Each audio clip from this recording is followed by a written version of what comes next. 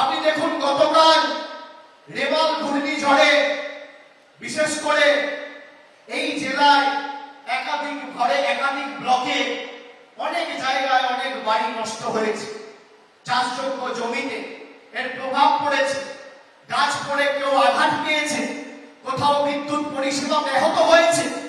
একটা বিজেপির নেতাকে পাশে দাঁড়াতে দেখেছে? আমি কালকে আমতলায় এসেছি পরিস্থিতি সরেজমিনে খতিয়ে দেখতে, এমনকি চণ্ডী পঞ্চায়েত আর চকিনায়ক নগর বিষ্ণুপুর 2 নম্বর ব্লকে সেখানে আমি রিলিফ ক্যাম্পে নিজে উপস্থিত হয়ে মানুষ পরিষেবা পাচ্ছে কিনা, খাওয়া দাওয়া হচ্ছে কিনা দেখে এসেছি। বিজেপির কোন নেতা পাশে গিয়ে দাঁড়িয়েছে? বিপদ হোক বা প্রাকৃতিক দুর্যোগ যখনই হয় মানুষের ভয়, ঘরের ছেলেই পাশে এসে দাঁড়ায়, বহিরাগতরা নয়। এটা প্রমাণিত, প্রতিষ্ঠিত। আপনার আনন্দে, আপনার উৎসবে, আপনার সুখের সময় হয়তো আপনি তৃণমূলকে পাননি, কিন্তু আপনার বিপদে দুঃখে আর আপদে তৃণমূল কংগ্রেস ছিল, আছে, থাকবে। এটা প্রতিষ্ঠিত।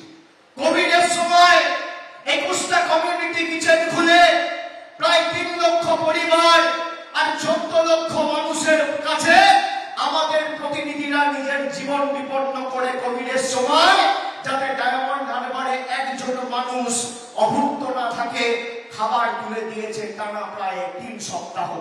পরবর্তীকালে কোভিডের দ্বিতীয় ঢেউয়ের সময় অ্যাম্বুলেন্স করে, ডক্টর অন হুইলস করে গ্রামে গ্রামে পরিষেবা দিয়েছে এই তৃণমূল কংগ্রেসের পঞ্চায়েতের প্রতিনিধিরা।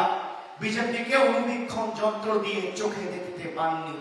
আজকে প্রধানমন্ত্রী দক্ষিণ 24 পরগনা জেলায় তার 2টো কর্মসূচি রয়েছে।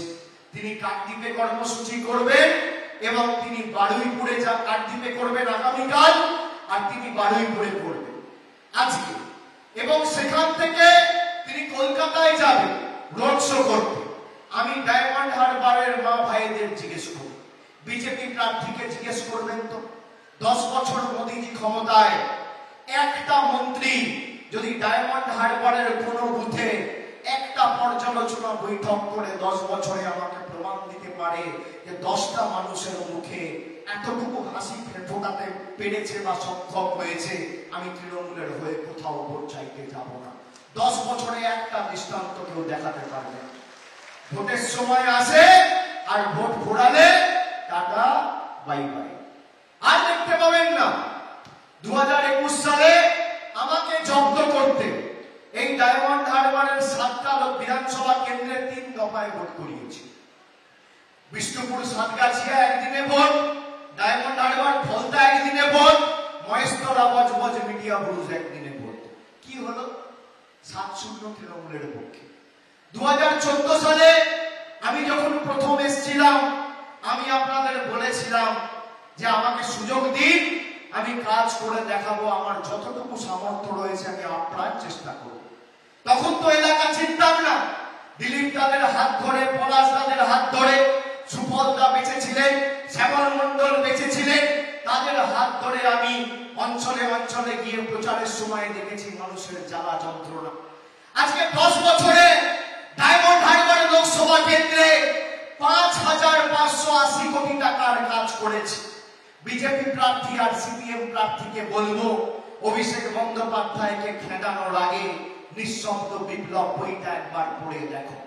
একটার তো মাথায় চুল নেই, আর একটাকে বলবো যে ধৈর্য রেখে পড়ে দেখো, মাথার চুল পড়ে যাবে, তাও এর পাতা শেষ হবে না, উন্নয়নের কর্মযজ্ঞর কাহিনী ঘোরাবে। আর যে পাপ করেছো 34 বছর তার প্রায়শ্চিত্ত করতে হবে বাড়িতে বসে। 42 বছর এই ডায়মন্ড হারবারে সিপিএম এর প্রতিনিধি ছিল। আমি আসতে বলছি সিপিএম এর প্রতিনিধিকে, আমি চ্যালেঞ্জ করছি বিজেপির নেতাদের যে আপনারা মঞ্চ বাঁধুন, এখনো 2 দিন সময় আছে, প্রচারের সময় 30 তারিখ অবধি রয়েছে। আপনি ঠিক করুন কোথায় আসবেন।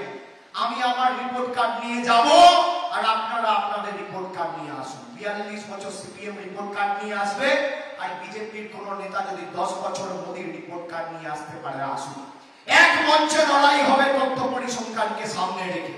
এদের নাস্তা নাবুদ যদি না করতে পারি আর মাঠের বাইরে ভোটারটা করে না বার করতে পারি, আমার নাম অভিষেক বন্দ্যোপাধ্যায় নয়।